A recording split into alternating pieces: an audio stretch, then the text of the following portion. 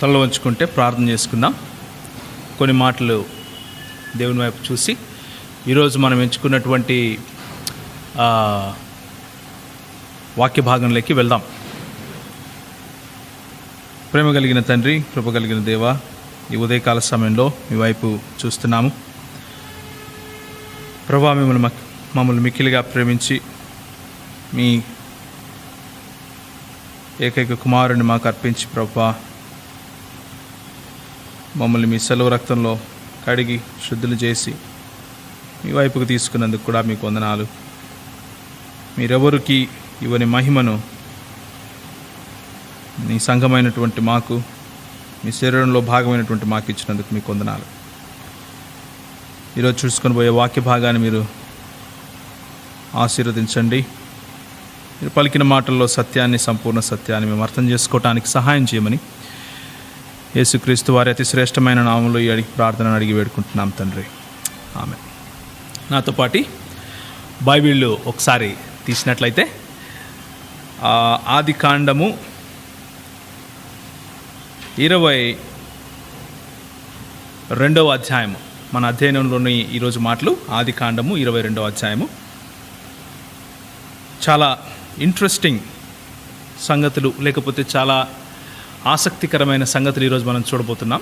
దయచేసి వాక్య భాగంలోకి వెళ్దాం. నేను తెలుగులో చదువుతున్నాను. 22వ అధ్యాయం. ఇక్కడ ఏముందంటే, ఆ సంగతులు జరిగిన తర్వాత దేవుడు అబ్రహామును పరిశోధించెను.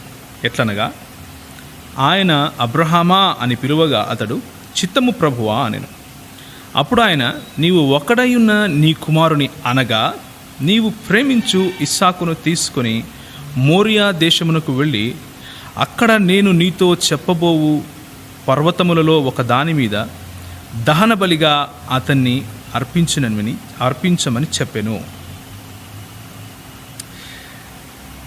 ఈ వాక్య భాగం చాలా ప్రాముఖ్యమైన వాక్య భాగము. ఎందుకంటే దేవాది దేవుడైనటువంటి యెహోవా తను బహుగా ప్రేమించినటువంటి, లేకపోతే ఫ్రెండ్ అని పిలిచినటువంటి, లేకపోతే నా స్నేహితుడైన అబ్రహాముకు నేను ఏదైనా దాస్తానా అని ఎంతో సంబరంగా తన స్నేహితునిగా పిలుచుకున్న అబ్రహాముతో ప్రభువు చేస్తున్నటువంటి పని, అబ్రహాము జీవితంలో ప్రభువు తీసుకొస్తున్నటువంటి ఒక గొప్ప ఛాలెంజ్, ఒక సవాలు గురించి ఈరోజు చూసుకుంటున్నాం. ఎందుకు నేను సవాలు అంటున్నానంటే, ప్రతి క్రైస్తవ జీవితంలో కూడా ప్రభువు ఇలాంటి పనులే చేస్తూ ఉన్నారు. ఈ రోజుకు కూడా నా జీవితంలో, నీ జీవితంలో ప్రభువే మనకొక విజన్, లేకపోతే ఒక దర్శనము, ఒక గొప్ప ప్రణాళిక మనకు చూపిస్తారు. ఆ ప్రణాళికను తిరిగి ప్రభువుకే అర్పించమని ఆయన ఛాలెంజ్ చేస్తాడు. చేసినప్పుడు మనం ఎంత ఒబీడియంట్గా ఉంటున్నాం, మనం నిజంగా ఆయన ఇచ్చినటువంటి ఆ సవాలును స్వీకరించి మనకు ఆయన ద్వారా కలిగినటువంటి ఈ సంపదని, ఈ విజన్ని, ఈ మిషన్ని, లేకపోతే ఆ ప్రణాళికని, లేకపోతే తలాంతుని తిరిగి మనం ప్రభువుకు సమర్పించగలమా? మనము ఇచ్చువానికంటే ఆయన ఇచ్చిన గిఫ్ట్ పైన ఎక్కువ ఇంట్రెస్ట్ పెట్టుకుంటామా? లేకపోతే the giver himself is greater than the gift అన్న ఆ ఆధ్యాత్మిక కోణంలో మనం దాన్ని తీసుకుంటామా? ఇది మనకి ఈరోజు ఉన్నటువంటి సమస్య. మన క్రైస్తవ సంఘంలో కూడా,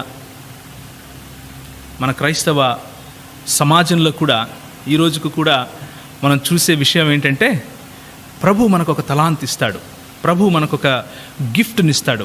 ఎన్నో రోజులుగా గోజాడి ప్రార్థించి ఏడ్చి, ప్రభువా మాకు దయచేయి, మాకివ్వు అంటే ఆయన మనకు ఒక గిఫ్ట్ ఇస్తాడు. ఇచ్చిన తర్వాత ప్రభు ఆ గిఫ్ట్ను he asks us to give it back. మనము ఇవ్వటానికి, మనం దాన్ని విడిచిపెట్టడానికి, మనం దాన్ని ప్రభువుకు సమర్పించటానికి చాలా బాధపడతాం. And Abraham stood faithful in the test. ప్రభు ఆయనను పరిశోధించి అన్నాడు, నీకు ఒక్కడైయున్న నీ కుమారుని అనగా నీవు ప్రేమించు ఇస్సాకును తీసుకొని మోరియా దేశమునకు వెళ్ళి అక్కడ నేను నీతో చెప్పబోవు పర్వతముల ఒకానొక పర్వతంలో ఆయనని సమర్పించుము అని చెప్పాడు. సమర్పణ అనేది ఈరోజు మనం చూడబోయే మన అంశానికి పేరు.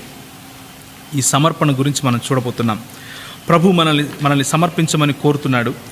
అలాగే మన చుట్టుపక్కల ఉన్నటువంటి సమాజము, మన చుట్టుపక్కల ఉన్నటువంటి ప్రజలు ఈ వాక్య భాగాన్ని ఏ విధంగా వక్రీకరించి మనకు ప్రజెంట్ చేస్తున్నారు అది కూడా చూస్తాం. It is very amusing. చాలా నవ్వొచ్చేలాగా ఈ మాటలు కనిపిస్తూ ఉంటాయి. ఇక్కడ ఏముంటుందంటే, నీవు ప్రేమించు ఇస్సాకును అని చెప్పడానికి ముందు నీకు ఒక్కడై ఉన్న నీ కుమారుని అని ఉంటుంది.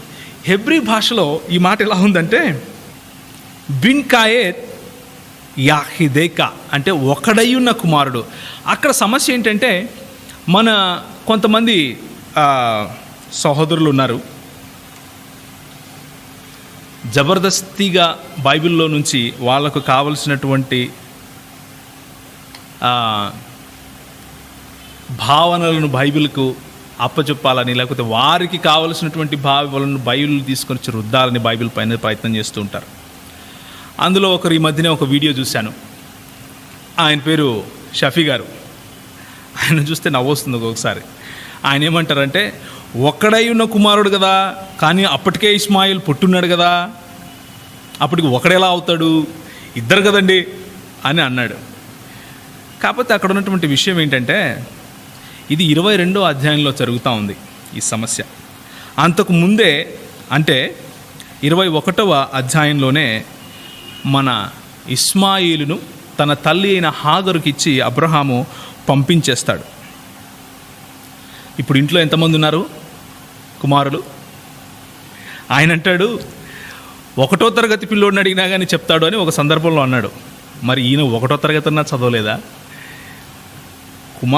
ఒక కుమారుడు ఇంట్లో నుంచి వెళ్ళిపోయి పంపించేస్తే, నా కుమారుడు నువ్వు కాదు అనుకున్నట్లుగా ఆయన పంపించేస్తే, దాసి కుమారుడు నుంచి కాదు, నీ సారా నుంచి నీకు ఇవ్వబోయేటటువంటి పుత్రుని నేను ఆశీర్వదిస్తాను అని ప్రభువు చెప్తే, ఇస్మాయిలును హాగరును పంపించేసిన తర్వాత ఇంట్లో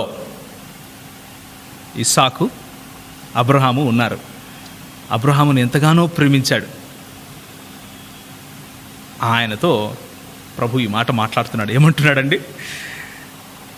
నీ ఒక్కడయ్యున్న నీ కుమారుని అనగా నీవు ప్రేమించు ఇస్సాకును తీసుకుని మోరియా దేశములకు, నీవు ప్రేమించు ఇస్సాకును అని ఇంత క్లియర్గా చెప్తూ ఉంటే,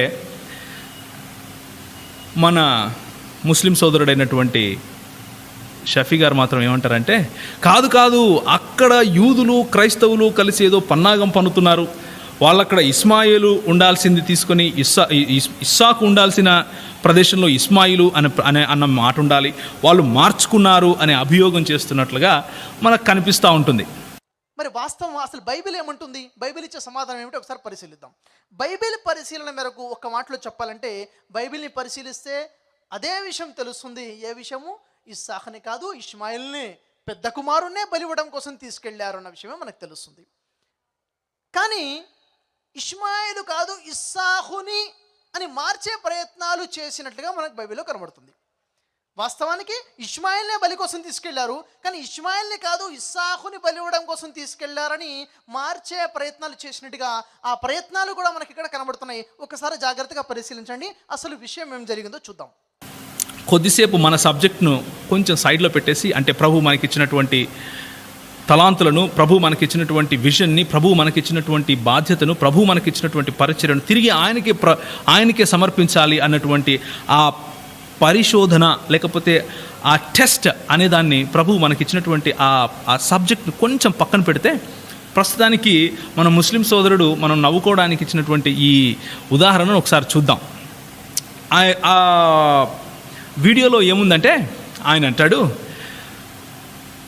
ఏమండి 16వ అధ్యాయము ఆఖరి వచనంలో ఏముందంటే, ఆయన చెప్పే స్టోరీ చెప్తున్నాను. మొత్తం బైబిల్ గ్రంథంలో నుంచి మన ముస్లిం సోదరుడైనటువంటి షఫీ గారు, UIRC ప్రెసిడెంట్ అంట ఆయన గారు, ఆయన చెప్పే విషయము నేను మీకు ఇప్పుడు చెప్పబోతున్నాను. ఆయన ఏమంటారంటే 16వ అధ్యాయంలో ఆఖరి వచనంలో, హాగరు అబ్రహామునకు ఇష్మాయేలును కనునప్పుడు అబ్రహాము 80 ఏండ్ల వాడు. 17వ అధ్యాయం మొదటి వచనంలో ఏముంటుందంటే, అబ్రహాము 99 ఏండ్ల వాడైనప్పుడు యెహోవా అతనికి ప్రత్యక్షమై అని ఉంటుంది. అంటే అక్కడ 86 ఏండ్ల నుంచి 99 ఏండ్ల వరకు మధ్యలో ఎన్ని ఉన్నాయి? దాదాపు 13 సంవత్సరాలు, 13 నుంచి 14 సంవత్సరాలు. ఎందుకంటే అది 86 ఏండ్ల మొదట్లో 99 ఏండ్ల ఆఖరిలోనా, లేకపోతే 86 ఏండ్ల ఆఖరి 99 ఏండ్ల మొదట అనేది మనకు తెలియదు. కాబట్టి దాదాపు 13 నుంచి 14 సంవత్సరాలని చెప్పుకోవచ్చు. అక్కడ చరిత్ర మిస్ అవుతుంది. అక్కడ ఏమీ జరగకుండా ఎలా ఉంటుంది? ఏదో జరిగింది. ఆ ఏదో జరిగింది ఎక్కడుందంటే, మనం చూసినట్లయితే ఆదికాండము ఈ 22వ అధ్యాయం మనం ఏదైతే చూసామో, ఆ సంగతులు జరిగిన తర్వాత దేవుడు అబ్రహామును పరిశోధించెను. ఎట్లనగా ఆయన అబ్రహామా అని పిలువగా, చిత్తము ప్రభువా నేను. అప్పుడు ఆయన, నీ ఒక్కడై ఉన్న కుమారుని అనగా నీవు ప్రేమించిన ఇస్సాకును కాదు, ఇష్మాయేలును తీసుకొని అని అక్కడ ఉండాలి. వీళ్ళు ఇది తీసుకొని పోయి ఇక్కడ 16వ అధ్యాయం తరువాత పెట్టాలి. ఎందుకంటే క్రైస్తవులు మరియు యూదులు ఈ 22వ అధ్యాయము ఆఖరిలో ఉన్నటువంటి అబ్రహాముకి ఇచ్చినటువంటి ఆశీర్వాదాలు ఏవైతే ఉన్నాయో అవన్నీ ఇష్మాయేలుకు కాదు, ఇస్సాకుకు సంబంధించినటివి అని ప్రూవ్ చేయడం కోసం వాళ్ళు అలా చేస్తున్నారు అన్నది ఆయన చేసే అభియోగం. దాన్ని గాను నేను పరిశీలిస్తే నాకు తెలుస్తున్న విషయం ఏమిటంటే, ఆదికాండము 21వ అధ్యాయము 14వ వాక్యం నుంచి చిన్న పిల్లవాడిని పంపిస్తున్నటువంటి వాక్యం ఏదైతే ఉందో ఆ వాక్యం నుండి ఆ తరువాత అధ్యాయం అంటే 22వ అధ్యాయము 19వ వాక్యం వరకు అక్కడేముంది? అబ్రహాము తన ఏకైక కుమారుణ్ణి బలి ఇవ్వడం కోసం వెళ్ళి అక్కడ గొర్రెపిల్లను బలిచి తిరిగి ఇంటికి వచ్చేశారు. అక్కడ వరకు ఈ 40 వాక్యాలు అంటే ఆదికాండం 21వ అధ్యాయం 14వ వాక్యం నుండి ఆదికాండం 22వ అధ్యాయం 19వ వాక్యం వరకు చిన్న పిల్లవాడిని అరణ్యంలోకి తీసుకెళ్ళిన దగ్గర నుంచి కుమారుడిని బలివ్వడం కోసం వెళ్ళి జంతువుని బలిచ్చి వెన్ని తిరిగి వచ్చేందరికి ఈ 40 వాక్యాలు వాస్తవానికి అక్కడ ఉండవలసిన వాక్యాలు కానట్లుగా అర్థమవుతుంది. ఎక్కడ ఉండాలి? ఇస్సాకు పుట్టక ముందు ఉండాలి. ఇస్సాకు పుట్టిన తర్వాత ఇష్మాయిల్ చిన్నవాడికి ఎందుకు ఉంటాడు? ఇస్సాకు పుట్టక ముందు ఉండాలి. ఎక్కడ ఉండాలి అని పరిశీలించుకుంటూ వెళ్తే ఆదికాండము 16వ అధ్యాయము 16వ వాక్యం అంటే చివరి వాక్యము మరియు ఆదికాండము 17వ అధ్యాయం మొదటి వాక్యానికి మధ్యలో ఈ వాక్యాలు ఉండాలి అనిపిస్తుంది. మరి ఆ విషయాలు ఈరోజు కొంచెం కూలంకషంగా చూద్దాం. అది ఎంత మాత్రం నిజము, ఎంత మాత్రం నిజం కాదు అన్న విషయం చూద్దాం. మరి ఆయన గారు ఇచ్చినటువంటి లెక్చర్లో ఆయన చెప్పిన మాటలు ఏంటివంటే, మొట్టమొదటిది అసలు ఆయన పేరు పెట్టింది ఏంటంటే, ఆయన ప్రసంగానికి ఇస్సాకును బలి ఇచ్చాడా, లేకపోతే ఇస్సాకును బలి ఇవ్వడానికి తీసుకెళ్ళాడా, ఇష్మాయేలును బలి ఇవ్వడానికి తీసుకెళ్ళాడా? మొట్టమొదటి ప్రశ్న. ఆ ప్రశ్నను సమర్థించుకోవటానికి, లేకపోతే ఆ ప్రశ్నను షఫీ గారి దృక్పథం ఏంటంటే, ఇష్మాయేలును తీసుకెళ్ళాడు, తీసుకెళ్ళాడు అని ప్రూవ్ చేసుకోవాలి. కాబట్టి ఆయన ఏమంటున్నాడంటే, బైబిల్లో ఉన్నటువంటి ఆ 21వ అధ్యాయము 16వ అధ్యాయం తర్వాత ఉండాలి అని చెప్తున్నాడు 21లో అధ్యాయంలో ఉన్నప్పుడు.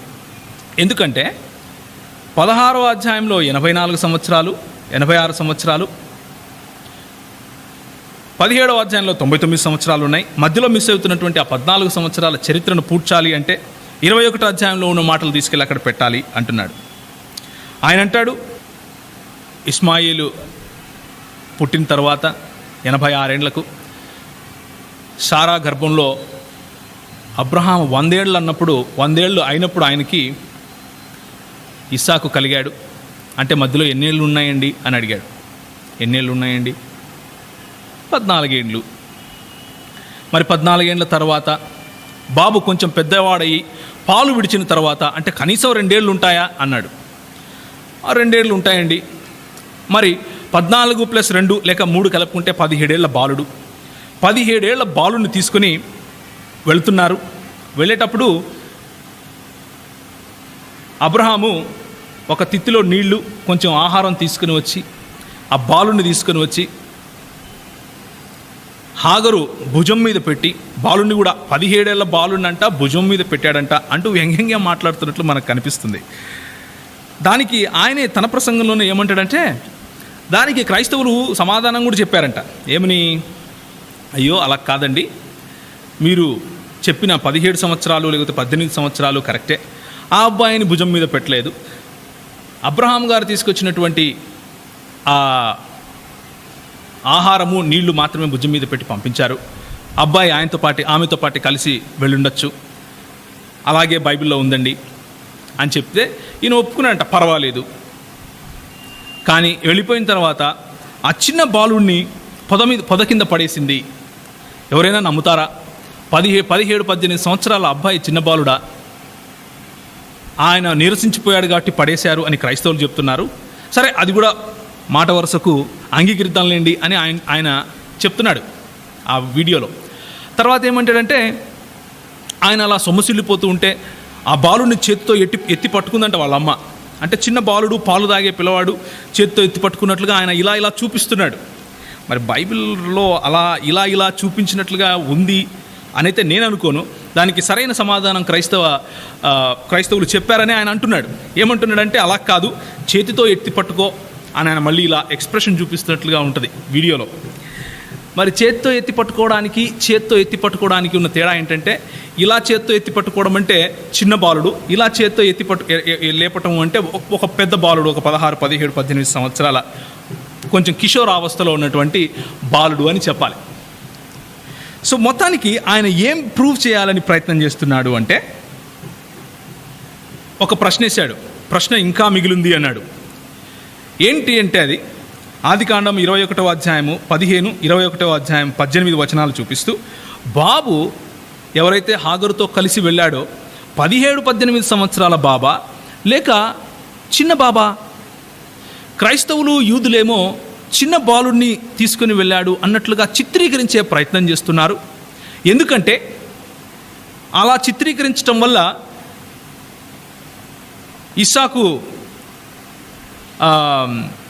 ఇస్సాకు తర్వాత పుడతాడు, ఇస్సాకును తీసుకెళ్ళి వెళ్ళి బలి అర్పించినట్లుగా మనం చూపించవచ్చు అన్నట్లుగా ఆయన దాన్ని అర్థం చెప్పే ప్రయత్నం చేశాడు.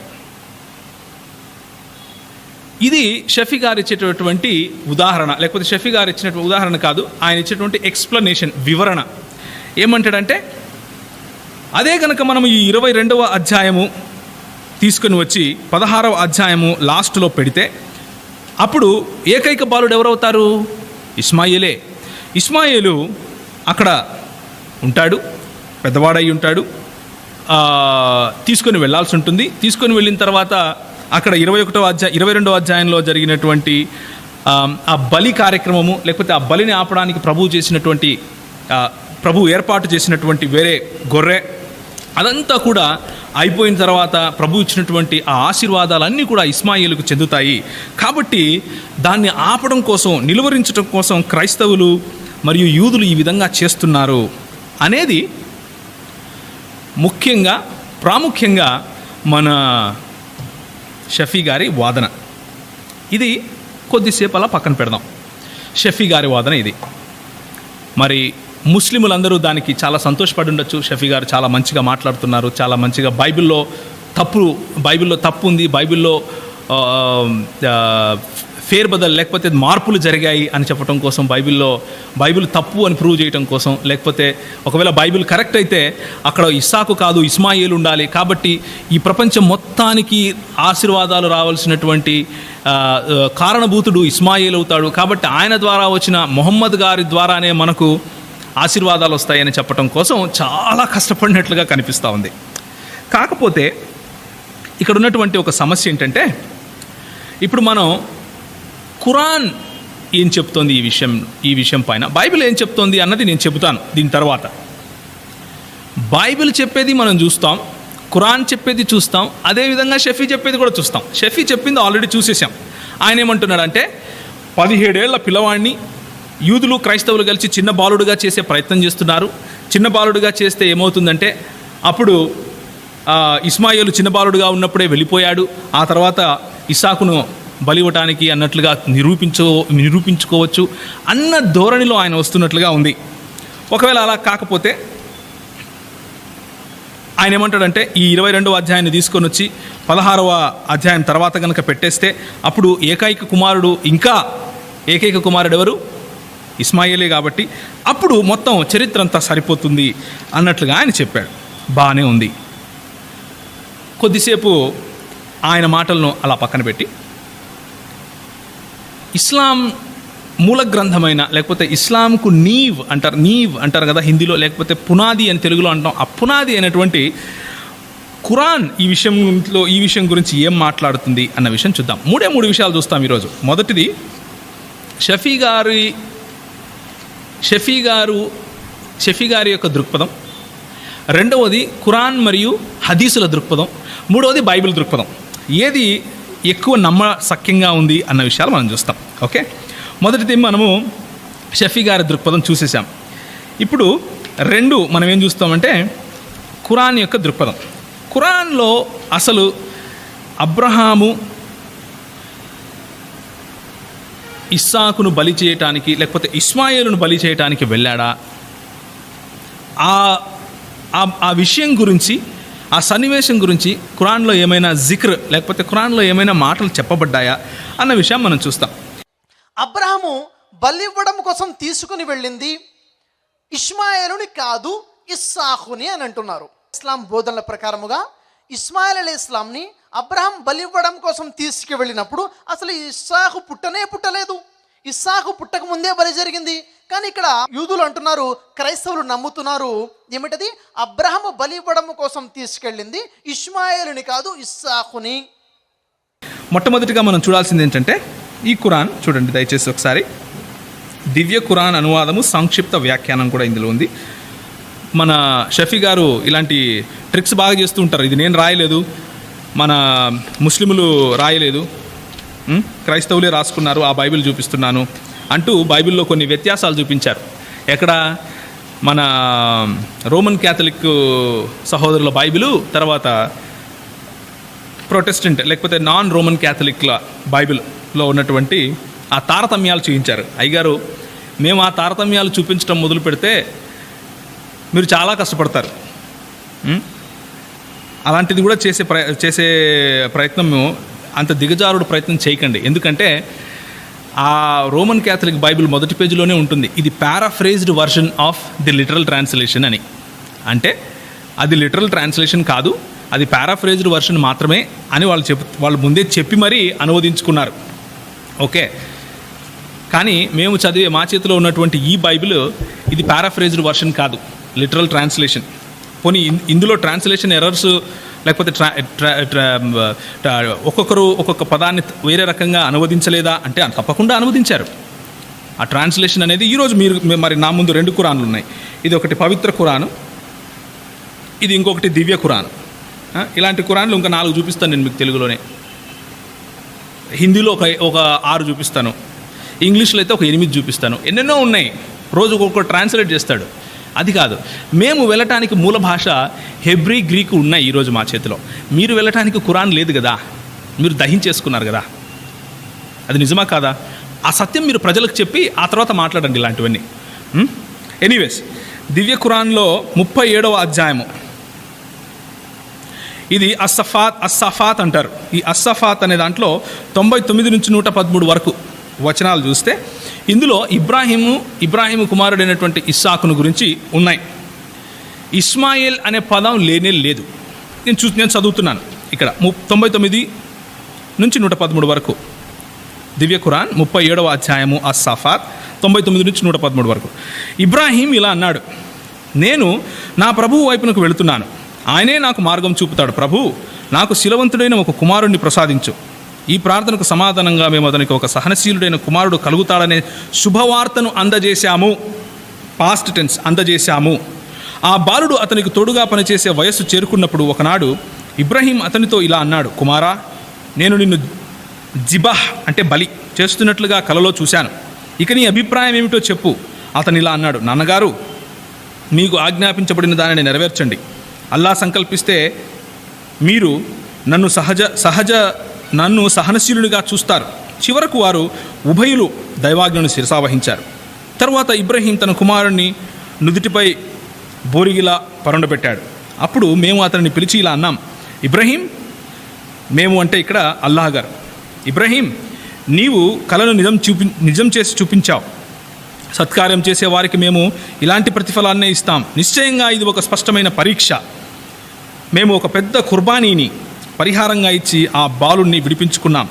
అతని కీర్తి ప్రతిష్టలు తరువాతి తరాల వారిలో శాశ్వతంగా నిలిచిపోయేలా చేశాము.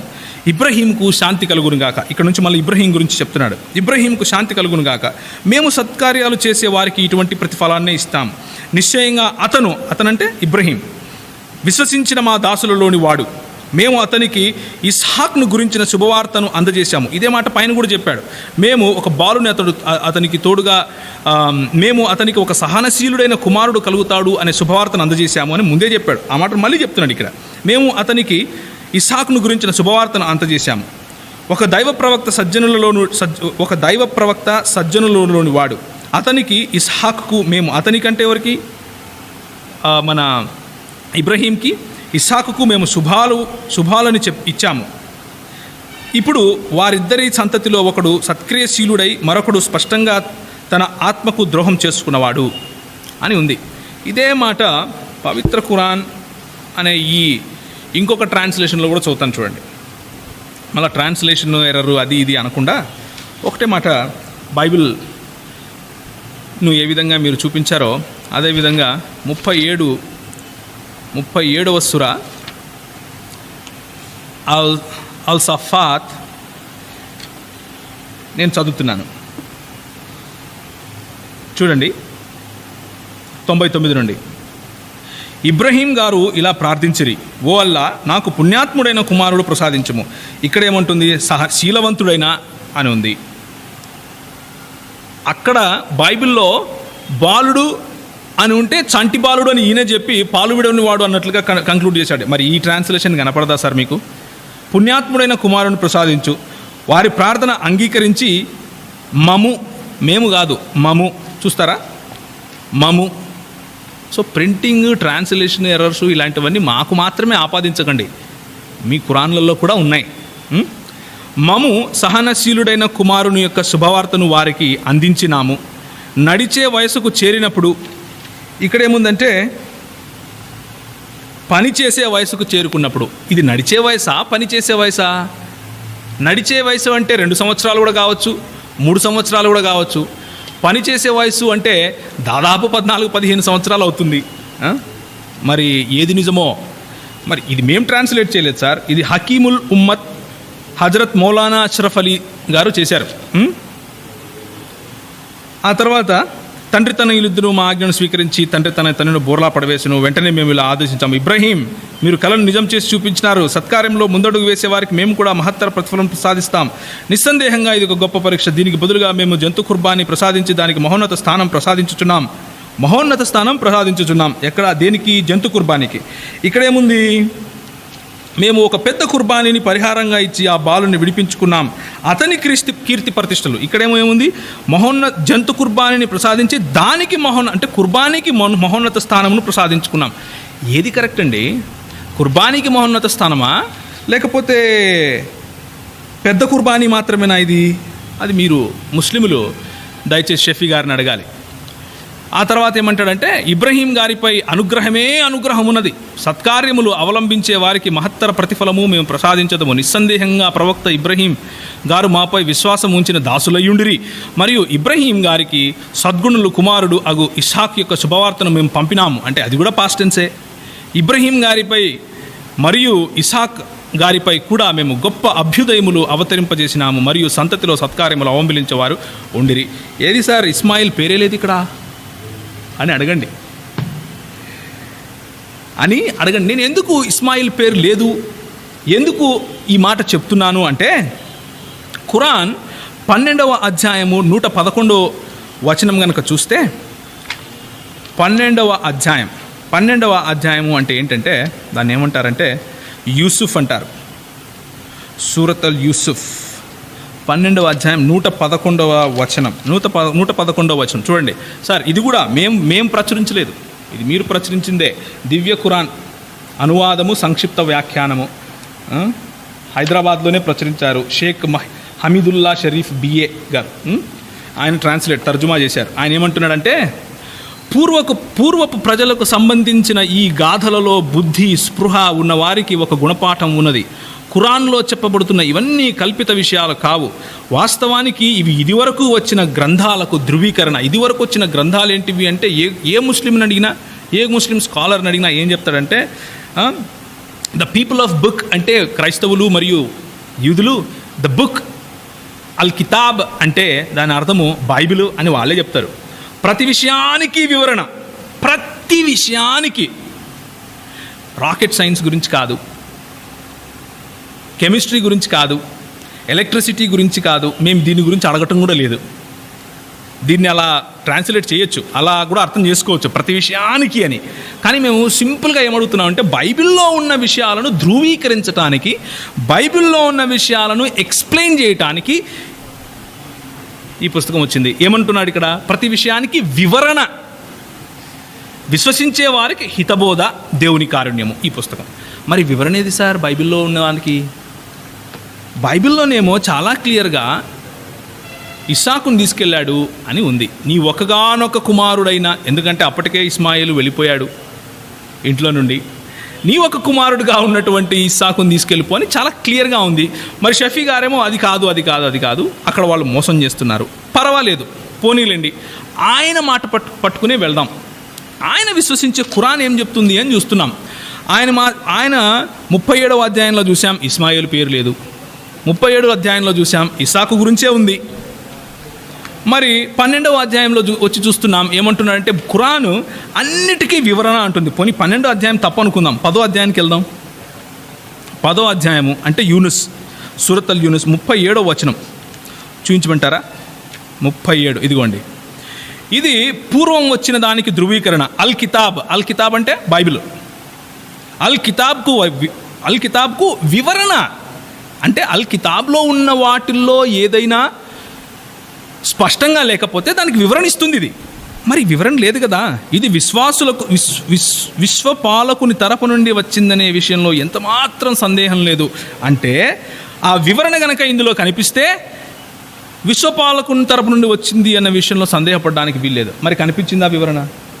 37వ అధ్యాయం చదివాం, 99 నుంచి 110 వరకు. అందులో ఇబ్రాహీం ఉంది, ఇస్సాకు ఉంది, ఇస్మాయిల్ లేదు. పేరు తెలీదా అల్లాహకు? ఇస్మాయిల్ అనే పేరు తెలీదా? లేకపోతే మొహమ్మద్ గారికి తెలీదా? పోనీ ఇంకొక వచనం చూసేసి ముందుకెళ్దాం. 16వ అధ్యాయం ఏమంటారంటే, 17 బనీ ఇస్రాయిల్, 16 అన్నహల్ 89లో ఏముంటుందంటే, మేము ప్రతి సంఘంలో నుండి ఒక సాక్షిని లేపి నిలబెట్టే రోజు గురించి ప్రవక్త వారిని హెచ్చరించు. ఆ సాక్షి తన సంఘానికి వ్యతిరేకంగా సాక్ష్యం ఇస్తాడు. వారికి వ్యతిరేకంగా సాక్ష్యం ఇవ్వటానికి మేము నిన్ను తీసుకుని వస్తున్నాం. మేము ఈ గ్రంథాన్ని అంటే ఖురాన్ గ్రంథాన్ని నీపై అవతరింపజేశాము. అది ప్రతి విషయాన్ని స్పష్టంగా వివరిస్తుంది. ఏది స్పష్టత? ఇస్మాయిలా అనే దాంట్లోనే స్పష్టత లేదు.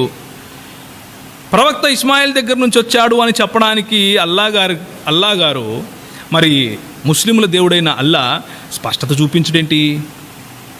సో ఇప్పుడు షఫీ గారు ఒక మాట అన్నారు, నేను కంపారిటివ్ రిలీజన్ చదువుతాను, ఈ రెండు సమాంతరంగా ఉండాలి, సమాంతరంగా లేవు కదా, ఇస్లాం చెప్పేదేమో ఇస్మాయిల్ అని, క్రైస్తవులేమో ఇస్సాక్ అంటున్నారు, ఎందుకు సమాంతరంగా లేదు అని చదివి చూశాను అంటున్నాను. నేను కూడా ఆయన చేసే పద్ధతినే అవలంబించాలని చూస్తున్నాను. ఒక్క 10 నిమిషాలు.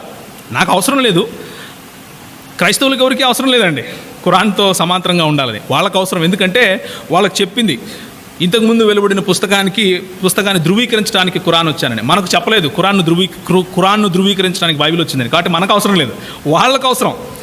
వాళ్ళ పద్ధతిలోనే వెళ్ళి చూద్దాం. సమాంతరంగా లేదే ఇది అని చూడటానికి ప్రయత్నం చేద్దాం. షఫీ గారు అంటున్నారు సమాంతరంగా లేదని. మరి ఎక్కడ సమాంతరంగా లేదు? ఈ పుస్తకం వచ్చింది ఎందుకు? ఇంతకుముందు వెలువడిన దానిని ధృవీకరించడం కోసం. మరి వచ్చిన పుస్తకంలోనే వెతుకుతున్నాడు ఎవరు? షఫీ గారు. ఏమని?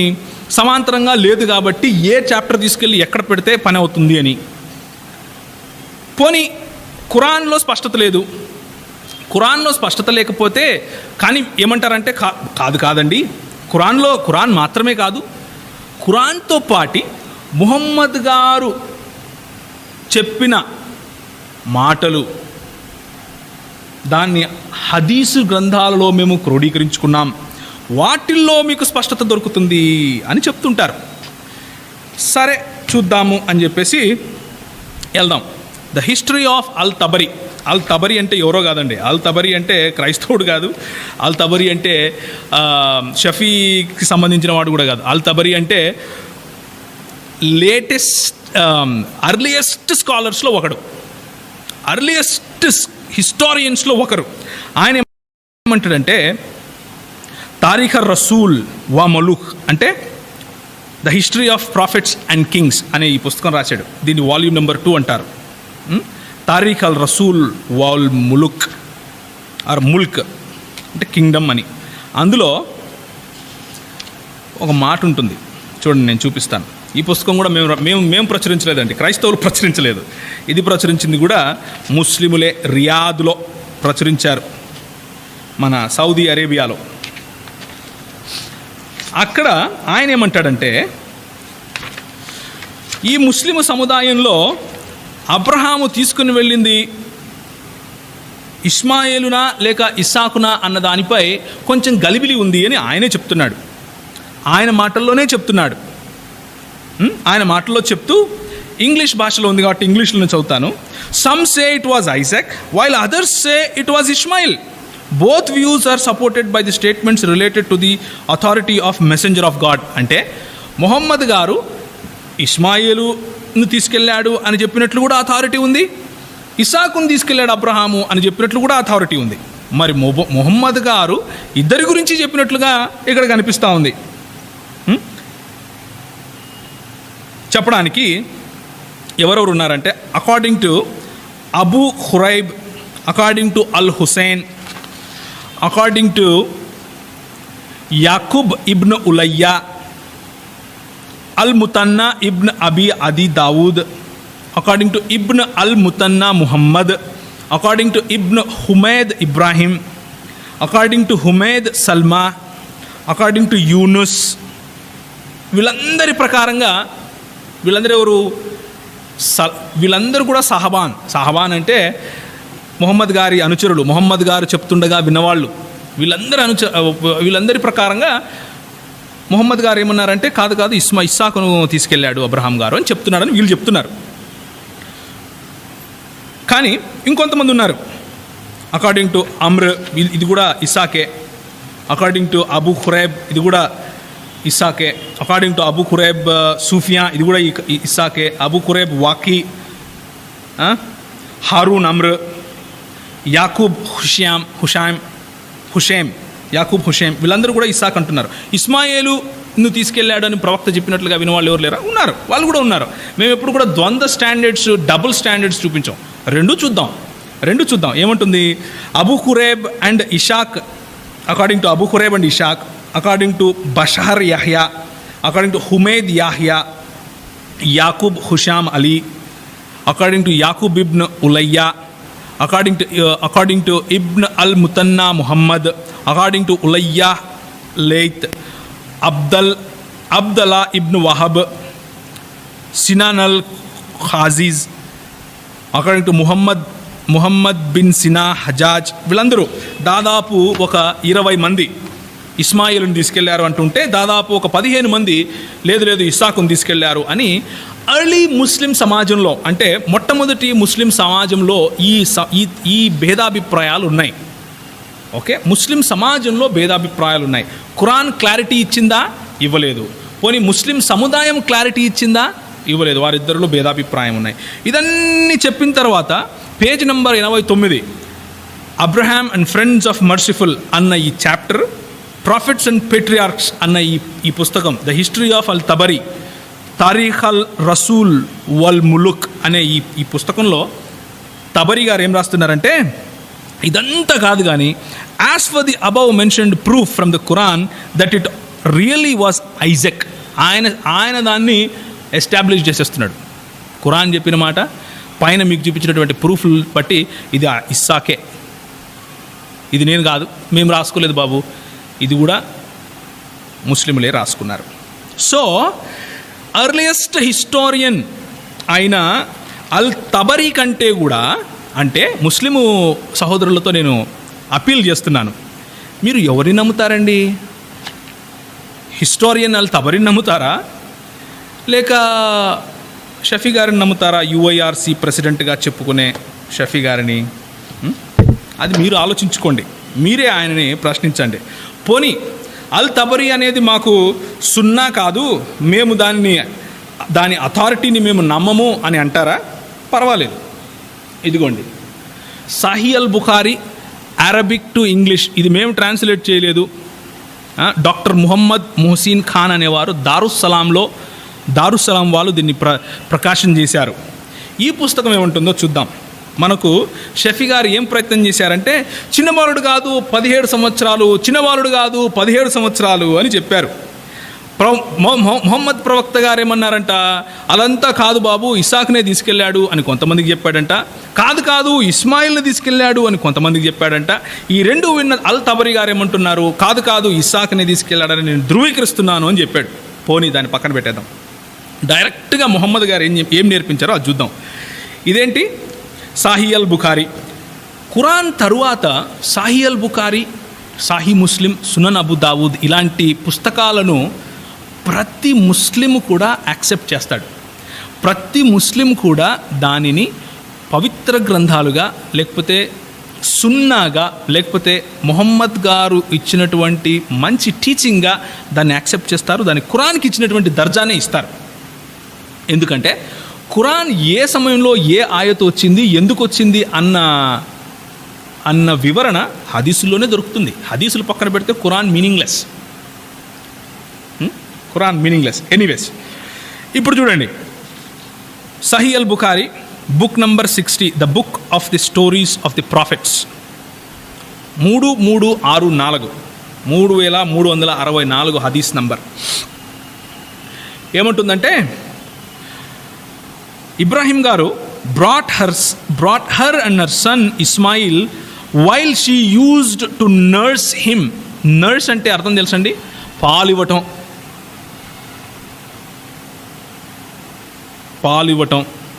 And to place near the Kaaba under a tree on the spot of Zamzam అనే ప్రాంతంలో, కాబా అనే ప్రాంతం దగ్గర ఆయన ఒక చెట్టు కింద వాళ్ళని కూర్చోపెట్టాడు. ఆయన వెళ్ళిపోయాడు అక్కడి నుంచి. వెళ్ళిపోయి కాబా వైపు చూసి ప్రార్థన చేశాడు అని అక్కడ ఉంది. ఆ తర్వాత Ismail's mother went on suckling Ismail, అంటే ఆ ఇస్మాయిల్ చిన్నవాడు, ఆమెకు పాలు పడుతూనే ఉంది, ఎక్కడ చనిపోతాడో, ఎక్కడ ఇదవుతాడో అని. అది 3364లో ఉంది. ఆ తర్వాత she started looking at him, that is Ismail, tossing in agony, అంటే ఆయన సోలిపోతున్నట్లుగా, లేకపోతే ఇక అన్కాన్షియస్గా వెళ్ళిపోతాడేమో బాధలో ఉన్నట్లుగా ఆమె ఆయనను, అంటే ఇస్మాయిల్ను చూసి బాధపడిపోయిన తర్వాత ఆయన ద చైల్డ్ గ్రూ. ఆ తర్వాత ఆమెకు జంజం దగ్గర నీళ్లు రావటం, ఆమె ఇస్మాయిల్కు నీళ్ళు ఇవ్వటం, అదంతా జరుగుతుంది. ఆ తర్వాత అంటే ఇది ప్రాఫెట్ మొహమ్మద్ గారు చెప్పిన స్టోరీ అండి వాళ్ళకు. ఇది ఇస్లాం పర్స్పెక్టివ్ని చెప్తున్నాను మీకు, బైబిల్ పర్స్పెక్టివ్ నేను చెప్తాను, షఫీ గారి పర్స్పెక్టివ్ చెప్పాను దృక్పథము. ఇప్పుడు ఇస్లాం దృక్పథం చెప్తున్నాను డైరెక్ట్గా వాళ్ళ పుస్తకాల నుంచి. షఫీ గారు ఎందుకు మనకు మధ్యలో, డైరెక్ట్ పుస్తకాల నుంచి చూద్దాం. చూడండి, ద చైల్డ్ అంటే ఈ అబ్బాయి చిన్నవాడు, గ్రూ అప్ అంటే పెరిగాడు, and learned Arabic from them and caused them to love and admire him as he grew up and while he reached the age of puberty అంటే అర్థం ఏంటంటే కిషోర దశ అంటే ఎప్పుడు వస్తుందండి? దాదాపు 14 ఏళ్ళ 13 ఏళ్ళ, కొంతమందికి 12 ఏళ్ళు అనుకోండి. 12 నుంచి 16 ఏళ్ళ లోపు ప్యూబర్టీ అంటారు. ఆడపిల్లలకైతే ప్యూబర్టీ అనేది కొంతమందికి 9 నుంచి 12 లేకపోతే 13 సంవత్సరాల్లో వస్తుంది. మగపిల్లలకు ప్యూబర్టీ అనేది 12 నుంచి 14 సంవత్సరాల లోపల వస్తుంది. ఇది అందరికీ తెలిసిన విషయమే. మరి 1వ తరగతి వాళ్ళకు కూడా తెలుసు అన్నట్లుగా నేను ఛాలెంజ్ చేయలేను, కానీ చాలామందికి తెలుసు అని మాత్రం చెప్పగలుగుతాను. ఇది 3364లో చెప్పిన మాట. లేదు కాదండి, ప్యూబర్టీ అంటే ఇంకా ఎక్కువ అయిండొచ్చు అని కూడా ఆయన చెప్పొచ్చు. పోనీ దాన్ని పక్కన పెడదాం. ఇంకొక ఇంకొక హదీస్ దాని పక్కనే ఉంటుంది.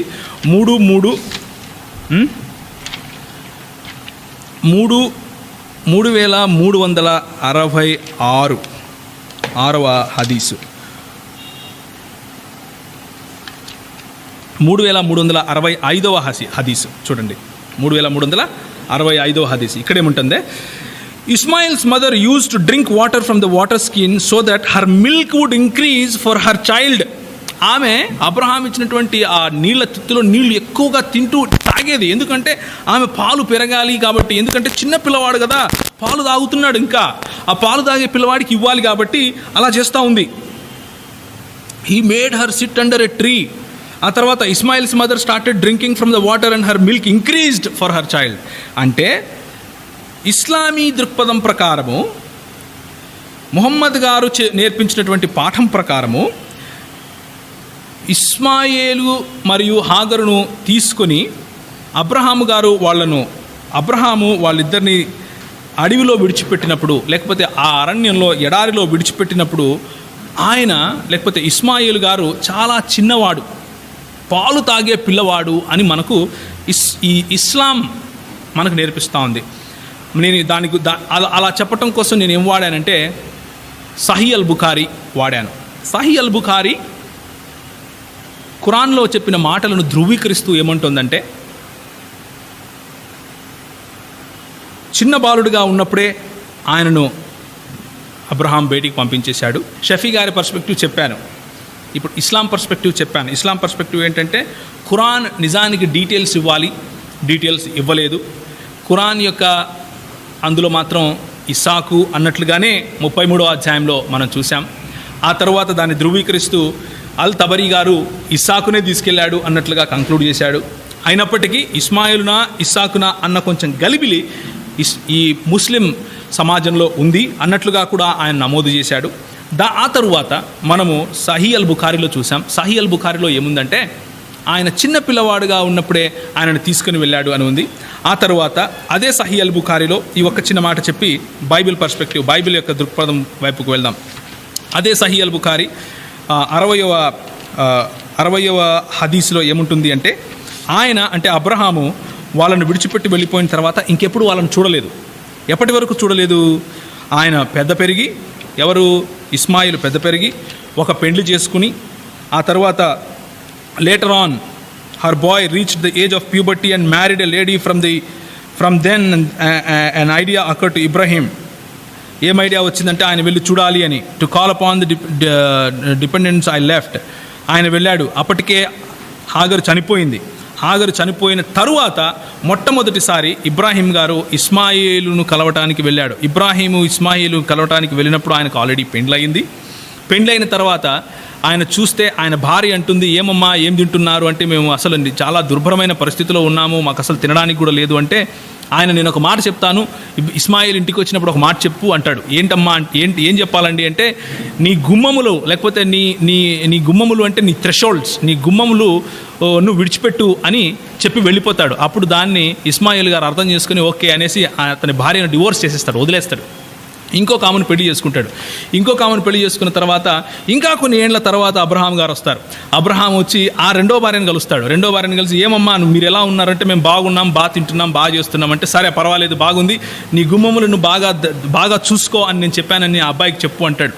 ఆయన వెళ్ళిపోతాడు. ఆ తర్వాత మళ్ళీ ఇస్మాయిల్ ఇంటికి వచ్చినప్పుడు ఆ ఇస్మాయిల్ ఆయనకు చెప్తుంది, ఎవరో వచ్చారు ఒక ఆయన చూసిపోయాడు, అడిగితే నీ గుమ్మములను బాగా చూసుకో అన్నాడు అని ఆమె చెప్తుంది. అంటే అర్థం ఏంటంటే, ఓకే వచ్చింది మా నాన్నగారు, ఆయన నిన్ను బాగా చూసుకోమని నాకు చెప్పాడు అని దాన్ని ఆయన ఇంటర్ప్రిట్ చేసుకొని మంచిగా చూసుకుంటాడు. తర్వాత ఇంకా కొన్ని ఏండ్ల తర్వాత మొట్టమొదటిసారి ఇస్మాయిలును ఆయన కొన్ని ఏండ్ల తరువాత బాలుడుగా విడిచిపెట్టి వెళ్ళిపోయిన తర్వాత కొన్ని ఏండ్లకు, అంటే పాలు తాగే సమయంలో విడిచిపెట్టి వెళ్ళిపోతే, ప్యూబర్టీ అంటే కిషోరావస్థకు వచ్చిన తర్వాత పెళ్లి చేసుకుంటే, ఆ తర్వాత 2 భార్యల తరువాత కొన్ని ఏండ్లకు అబ్రహాము వచ్చి ఇస్మాయిలును కలుస్తాడు. ఇది సహీ అల్ బుఖారీ చెప్పే representation of Ismail and Abraham.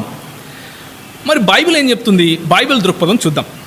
Bible దృక్పథం ఏంటంటే, ఆదికాండము 17వ అధ్యాయంలో మనం ఏం చూస్తామంటే అబ్రహాము 99 ఏండ్ల వాడైపోయాడు. ఇప్పుడు అబ్రహాము 99 ఏండ్ల వాడైన తర్వాత ప్రభువు ఆయనను దర్శిస్తాడు.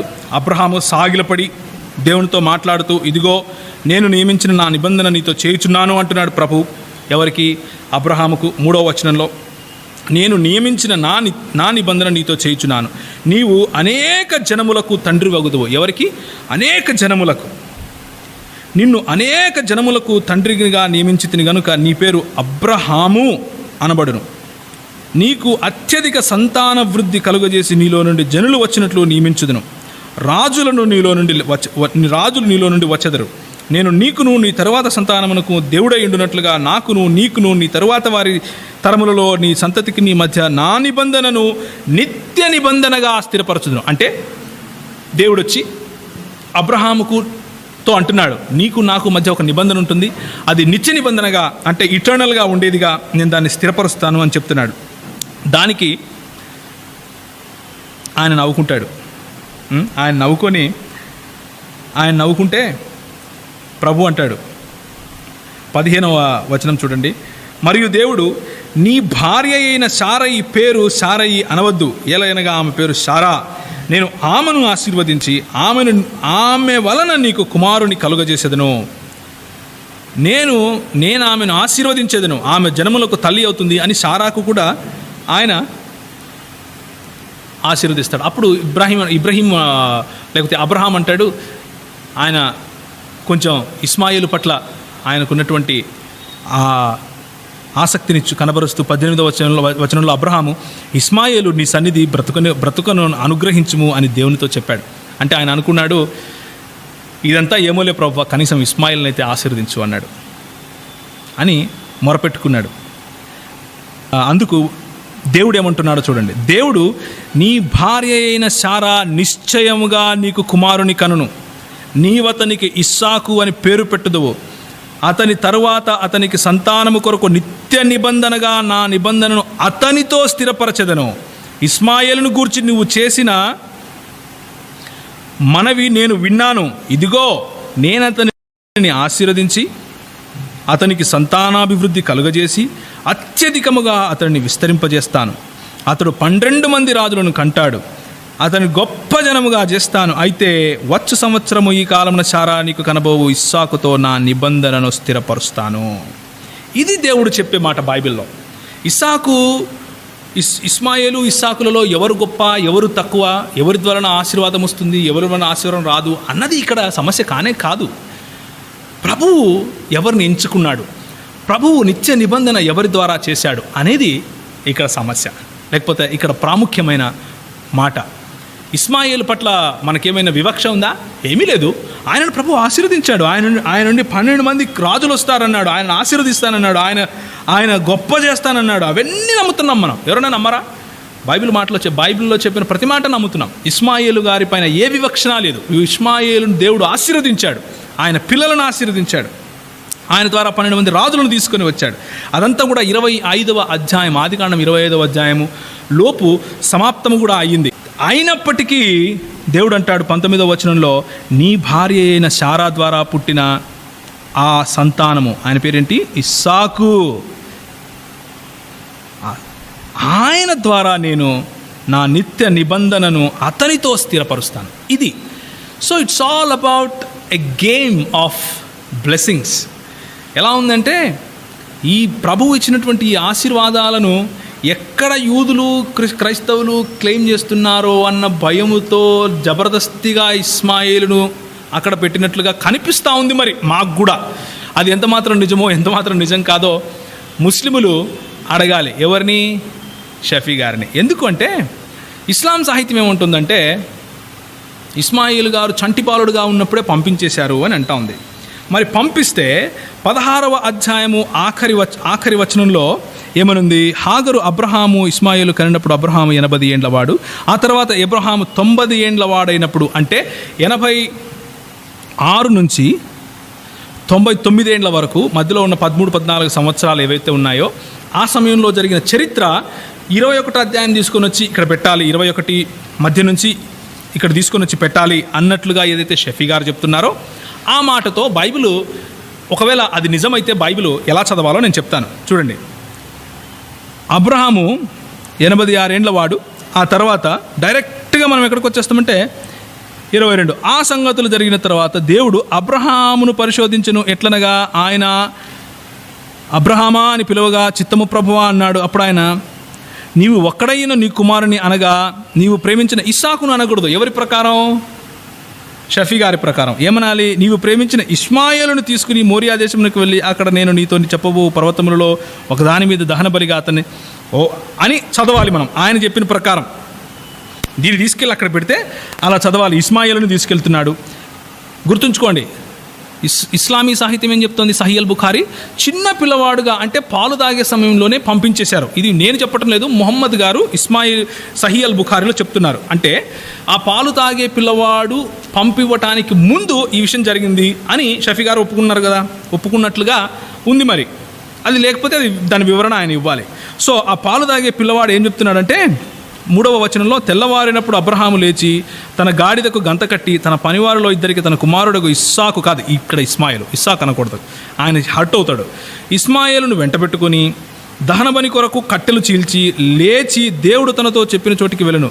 3వ నాడు అబ్రహాము కనులెత్తి దూరం నుండి ఆ చోటును చూచి, పనివారితో మీ గాడితో ఇక్కడే ఉండండి, నేను ఈ చిన్నవాడు అక్కడికి వెళ్తాము అని మొక్కి వస్తాము అని చెప్పి దహన బలి కట్టెలు తీసుకుని తన కుమారుడు ఇస్మాయేలు అని ఉండాలి, ఇక్కడ ఇస్సాక్ కాదు, మళ్ళీ ఆయన హర్ట్ అవుతాడు, ఇస్మాయేలు మీద పెట్టాడు. అంటే పాలు తాగే పిల్లోడి పైన అబ్రహాం గారు కట్టెలు మోపారు. కట్టెలు మోపి తీసుకెళ్తున్నాడు. చూడండి, ఆయన చెప్తే ఇలా ఉంటుంది మరి బైబిల్లో. అబ్రహాము, నా కుమారుడా, దేవుడే దహన బలికి గొర్రె పిల్లలు చేస్తాడు అని చెప్పడానికి ముందు నా తండ్రి అని పిలిచాడు. ఎవరు? పాలు తాగే ఇస్మాయేలు. పాలు తాగే పిల్లాడు ఏం పిలిచాడు? నా తండ్రి అని పిలిచాడు. అందుకు అతను, ఏం నా కుమారుడా అంటే, అప్పుడు అతను నిప్పు కట్టెలు ఉన్నాయి కానీ దహన బలికి గొర్రెది అని అడిగాడు. ఎన్ని కథలు చెప్తారు సార్. పాలు తాగే పిల్లవాడు ఆయన మీద కట్టెలు మోసుకొని వెళ్తాడు, పాలు తాగే పిల్లవాడు గొర్రెది అని అడిగాడు. ఇవన్నీ మీరు చెప్తుంటే మేము నమ్మాలి. బైబిల్ స్పష్టంగా చెప్తా ఉంది, నా నిత్య నిబంధన ఇస్సాకుతో నేను నెరవేరుస్తాను అని. 17వ అధ్యాయం 3వ వచనంలో నేను నియమించిన నిబంధన అన్నాడు. 5వ వచనంలో అబ్రామును అబ్రహాముగా చేశాడు. 7వ వచనంలో నిత్య నిబంధన గురించి చెప్పాడు. 8వ వచనంలో కనానును నిత్య స్వాస్థ్యంగా నీ కుమారులకు ఇస్తాను అన్నాడు. ఆ కనానుకు నిత్య స్వాస్థ్యంగా ఇచ్చింది ఎవరికి? 18వ వచనం, ఇస్మాయేలు నీ సన్నిధికి బ్రతకనిమ్ము అని ఆయన కోరుకుంటే అదంతా సరే కానీ నిత్య నిబంధనను ఇస్సాకుతో స్థిరపరుస్తాను అన్నాడు. కనానును నిత్య స్వాస్థ్యంగా ఈ రోజుకు కూడా ఇస్సాకుకే ఇచ్చాడు ప్రభు. 25వ వచనంలో 13 ఏండ్ల వాడు ఇస్మాయేలు అయిపోయాడు అప్పటికే. ఇక్కడ 17వ అధ్యాయము 25వ వచనం ఒకసారి చూడండి దయచేసి. 17వ అధ్యాయము 25వ వచనం చూడండి. సున్నతి పొందారు వాళ్ళిద్దరూ. అతని కుమారుడైన ఇస్మాయేలు గోప్యాంగ చర్మము సున్నతి చేయబడినప్పుడు అతడు 13 ఏండ్ల వాడు. మాకు ఏ డౌటు లేదండి ఆయన 17 ఏండ్ల వాడు లేకపోతే 18 ఏండ్ల వాడు అని. ఇస్సాకు 17 ఏండ్ల వాడు 18 ఏండ్ల వాడు అయి ఉంటాడు ఆ సమయంలో అన్న డౌట్ లేనే లేదు మాకు. ఆయన యవ్వన బాలుడే. ఆ తరువాతనే ఇస్మాయిలును పంపించేశాడు. 13 ఏళ్ళ తర్వాత గోప్యాంగ చర్మం సున్నతి జరిగిన తరువాతనే పంపించేశాడు. కానీ బైబిల్ చెప్పే దృక్పథం మాత్రమే ఇది.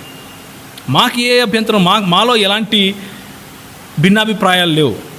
కానీ బైబిల్ తర్వాత వచ్చినటువంటి ఖురాన్ ఈ బైబిల్లో ఉన్న మాటలను స్థిరపరచాలి, బైబిల్లో ఉన్న మాటలకు వివరణ ఇవ్వాలి అని చూసాం. ఆ ఖురాన్లో మాత్రం భేదాభిప్రాయాలు ఉన్నాయి. ఖురాన్ ఏమో ఇస్మాయిలు పేరు చెప్పదు, ఇసాక్ పేరు చెప్తుంది. అల్ తబరీలో మనం చూసినట్లుగా ఇస్మాయేలు అని కొంతమంది పండితులు చెప్తూ ఉంటే, ఈ ముహమ్మద్ గారు నేర్పించిన పండితులు ఇంకొంతమంది ఇస్సాకు అని చెప్తూ ఉంటే, తబరీ గారు తనంతట తానే లేదు ఇస్సాకే అని ధృవీకరించేశారు. ఆ తర్వాత సహీహ్ బుఖారీ చూస్తే చిన్నప్పుడే పాలు తాగే సమయంలోనే, అంటే ఇంకా ఆమె చనుబాలు తన పిల్లవానికి ఇచ్చే సమయంలోనే అబ్రహాము తరిమేశాడు వాళ్ళను అన్నట్లుగా సహీహ్ బుఖారీ చెప్తా ఉంది. తరిమేసిన తర్వాత అబ్రహాం ఎప్పుడు చూశాడు వాళ్ళని? ఆయన పెండ్లి చేసుకున్న తరువాత. సో ఇస్లామీ దృక్పథం ప్రకారము ఇంకా ప్రశ్న అలాగే ఉంది, బాలుడినా యవనస్తున్నా? ఇస్లామీ సాహిత్యం ప్రకారం చిన్న బాలుడు ఎలా అడుగుతాడు? చిన్న బాలుడు ఎలా కట్టెలు మోస్తాడు? కాబట్టి జబర్దస్తిగా బైబిల్లో మీ దృక్పథాలు తీసుకొని వచ్చి రుద్దకండి. రుద్దటం వల్ల ఏమీ లాభం ఉండదు. ఎందుకంటే అపహాస్య పాలవుతారు. సో ఇప్పుడు ప్రశ్న ఇంకా అలాగే ఉంది. ఏంటి? వెళ్ళింది ఇస్మాయిలా, ఇస్సాకా? బైబిల్ చెప్పే స్పష్టమైన ఆన్సర్ ఏంటంటే ఇస్సాకు. ఎందుకంటే నిత్య నిబంధన ఇస్సాకు ద్వారానే సఫలమవుతుంది అని దేవుడే చెప్పాడు కాబట్టి. ఈ మాట చెప్తూ మన షఫీ గారు ఇంకొక మాట అన్నారు. ఏంటంటే లేదండి, ఇస్మాయిలు దాసి కొడుకు కాబట్టి దాసి కొడుకుతో నిత్య నిబంధన లేదు అని క్రైస్తవులు దూషిస్తున్నట్లుగా మాట్లాడుతున్నారు. అలాంటి వారిని అల్లా క్షమించుగా. కానీ బాబు, అల్లా క్షమించాల్సిన అవసరం మాకు లేదు. మా దేవుడు చాలా స్పష్టంగా చెప్తున్నాడు. ఆ దాసి చేత పుట్టిన వాడిని కూడా ఆయన ఆశీర్వదించాడు. రాజులు వీడి నుంచి వస్తాడు అన్నాడు. 12 మంది రాజులు వస్తారన్నాడు. అవన్నీ కూడా స్పష్టంగా ఆయన నెరవేర్చాడు. కానీ నిత్య నిబంధన మాత్రం సారా ద్వారా నీకు పుట్టిన ఇస్సాకుతోనే అని స్పష్టంగా చెప్పాడు. ఇంతకంటే క్లారిటీ మరి తరువాత వచ్చినటువంటి దివ్య ఖురాన్లో ఎందుకు లేదు అని నేను ప్రశ్నిస్తున్నాను. మనం ఇంతకుముందు చూసినట్లుగా ఖురాన్ వచ్చిందే స్పష్టత తేవడానికి కదా. మరి ఖురాన్లో ఎందుకు లేదు స్పష్టత? 12వ అధ్యాయం 111 చూసాం, 16వ అధ్యాయం 89 చూసాం, 10వ అధ్యాయం 37 చూసాం, 6వ అధ్యాయం 126 చూసాం. ఖురాన్లో అన్నీ ఒకే మాట చెప్తున్నాయి. ఇంతకుముందు వచ్చిన పుస్తకాన్ని ధృవీకరించడానికి, స్పష్టతనివ్వటానికి, 33వ అధ్యాయం 99 నుంచి ఆఖరి వరకు చూస్తే అక్కడ ఇస్సాకు పేరు ఉంది కానీ ఇస్మాయిల్ పేరు లేదు. అల్లా గారికి పేరు తెలీదా? ముహమ్మద్కు పేరు తెలీదా? మరి చెప్పి ఉంటే ఈ సమస్య ఉండేది కాదు. చెప్పలేదు. పోనీ ఆయన నేర్పించినటువంటి సాహిత్యకారులు ఏమైనా చెప్తున్నారా? తబరి అంటాడు, కొంతమంది ఇస్మాయిల్ అంటున్నారు, కొంతమంది ఇస్సాక్ అంటున్నారు. నేనేమో యాజ్ అ హిస్టారియన్ నేనేమంటున్నానంటే ఇస్సాకే పైన చూపించినట్టు రుజువులు కూడా చూపిస్తున్నాడు ఆయన. ఎందుకు ఇస్సాకు అనడానికి సహీహ్ అల్ బుఖారీలో చూసాం. ఏమని? చిన్న బాలుడుగా ఉన్నప్పుడే ఆయనను పంపించేశాడు కాబట్టి ఇప్పుడు ఏకైక కుమారుడు ఎవరు? ఇస్సాకే. చాలా క్లియర్గా 22వ అధ్యాయం ఆదికాండం మనం మొదట చూసుకున్నప్పుడు ఏం చూసాం చూడండి. నీకు ఒక్కడై ఉన్న నీ కుమారుని ఇప్పుడు ఒక్కడిగా ఎవరున్నారు? ఇస్సాకే ఉన్నాడు. ఎందుకు? ఇస్మాయిల్ వెళ్ళిపోయాడు కదా. సో బైబిల్ని దాని కాంటెక్స్ట్లో చదవడం చాలా మంచిది. మీరు బైబిల్ చదవండి. ముస్లిం సోదరులకు కానీ షఫీ గారికి కానీ నేను ఆహ్వానం ఇస్తున్నాను. బైబిల్ చదవండి, కానీ కాంటెక్స్ట్, దానికి ఉన్నటువంటి పరిధిని మించి చదివితే మీరు తప్పుడు అర్థాలు తీసుకొస్తారు. తప్పుడు అర్థాలు తీసుకొని వచ్చి బైబిల్ను తప్పుగా ప్రూవ్ చేయరు, మీ గ్రంథాలనే తప్పుగా ప్రూవ్ చేయాల్సి ఉంటుంది. మీ ఖురాన్ గ్రంథాన్ని తప్పుగా ప్రూవ్ చేయాల్సి ఉంటుంది. ఎందుకు? ఇప్పుడు మీరు అవుట్ ఆఫ్ కాంటెక్స్ట్ చదవడం వల్ల ఏం జరిగింది? మొహమ్మద్ గారు తప్పైపోయారు కదా. మీ ప్రకారం, నేను అనటం లేదు, మీ ప్రకారమే. షఫీ గారేమో చాలా కష్టపడిపోయాడు. ఏమని? పెద్దవాడు కాదు చిన్న బాలుడు చేస్తున్నారు, పెద్దవాడు కాదు చిన్నవాళ్ళుగా చూపిస్తున్నారు. ఎందుకు చూపిస్తున్నారంటే ఆశీర్వాదాలు కొట్టేద్దామని అంటున్నాడు. కానీ చూపించేది మేం కాదు. ఎవరు? మొహమ్మద్ గారు చిన్న బాలుడిని. చూడండి సహీహ్ అల్ బుఖారీ, చిన్న బాలుడు నర్సింగ్ చైల్డ్ అని ఆయన మొహమ్మద్ గారు చెప్తున్నారు కదా. సహీహ్ అల్ బుఖారీ చెప్తా ఉంది కదా. ఖురాన్ ఏమో 33వ అధ్యాయంలో ఇస్మాయిల్ పేరే తెలీదు, అల్లా గారికి ఇస్మాయిల్ పేరు తెలియదండి. కాబట్టి ఏదైనా ఒక సబ్జెక్ట్ తీసుకున్నప్పుడు మనం ఏం చేయాలి అంటే అది ఎందుకు అక్కడ ఉంది, దాని అర్థం ఏంటి, అసలు ప్రభు ఏం నేర్పించాలని చూస్తున్నాడు అక్కడ అన్నది మనం కూలంకషంగా చర్చించుకోవాలి. ఇంకొక మాట అన్నాడండి. ఆయన అన్నాడు, బేర్షబాలోనే ఇస్మాయిల్ కూడా ఉన్నాడు, బేర్షబాలోనే అబ్రహాం కూడా ఉన్నాడు, తిరిగి అక్కడికే వచ్చారు అని అంటున్నాడు. ఒకసారి చూద్దాం, తిరిగి అలా ఉందా అక్కడ? 22వ అధ్యాయం చూడండి. తరువాత అబ్రహాము తన పనివారి యొద్దకు తిరిగి రాగా, తిరిగి ఎవరి దగ్గరకు వచ్చాడు? పనివారి దగ్గరికి వచ్చాడు. తిరిగి ఎక్కడికి? బేర్షబాకు రాలా. ఒకవేళ బేర్షబాకు వచ్చినా మాకు పోయేదేం లేదు. కానీ నేను ఎందుకు చెప్తున్నానంటే వాక్యము ఎలా ఉందో అలాగే చదవండి, సొంతంగా మీరు వక్రీకరించకండి. తిరిగి రాగా వారు లేచి అందరూ కలిసి బేర్షబాకు వెళ్ళారు. తిరిగి పనివాళ్ళ దగ్గరికి వచ్చాడు, వాళ్ళందరూ కలిసి బేర్షబాకు వెళ్ళారు. అబ్రహాము బేర్షబాలో నివసించాడు. అది అప్పటి నుంచైనా నివసించవచ్చు, అంతకు ముందు నుంచైనా నివసించి ఉండొచ్చు. You don't interpret, you don't read in to the scripture. లేఖనం చెప్పేదాని లోపలికి వెళ్ళి నువ్వు మాట్లాడొద్దు. లేఖనం ఏం మాట్లాడుతుందో అది చెప్పు. ఆ తర్వాత మరి ఈ బెయేర్షెబాలోనే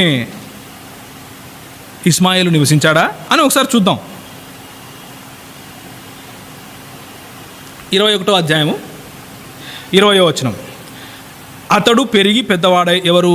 ఇస్మాయిలు. అతడు పెరిగి పెద్దవాడై అరణ్యములో కాపురముండి, ఆ అరణ్యములో కాపురముండి విలుకాడాయను. అతడు పారాను అరణ్యములో ఉన్నప్పుడు, ఆ అరణ్యము అన్నప్పుడు ఏ అరణ్యము అన్నదానికి క్వాలిఫికేషన్గా, అతడు పారాను అరణ్యములో ఉన్నప్పుడు అతని తల్లి ఐగుప్తు దేశం నుండి ఒక స్త్రీని తెచ్చి అతనికి పెళ్లి చేశాడు. సో ఆయన ఉండింది పారానులో. దాని పారానుకు బెయేర్షెబాకు తేడా తెలియనంతగా క్రైస్తవులు ఉన్నారు, వాళ్ళని మభ్యపెడదాము అనుకుంటే అది అసంభవం కదా. ఎందుకంటే మన చేతిలో మన పుస్తకం ఉంది, ఈ రోజుకు కూడా మనం వెళ్ళి మనం చూసుకోవచ్చు. ఇప్పుడు ఇవన్నీ చూసిన తర్వాత నేను ఒక సారాంశంలాగా ఈ మాటలను నేను సమరైజ్ చేస్తాను. సారాంశం ఏంటంటే, షఫీ గారి దృక్పథం ఒకటి.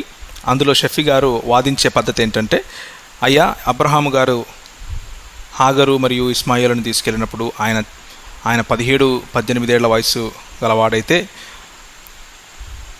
మరి క్రైస్తవులు యూదులేమో ఆయనను జబర్దస్తిగా చిన్నవాడిగా చూపించడం కోసం చేస్తున్నారు.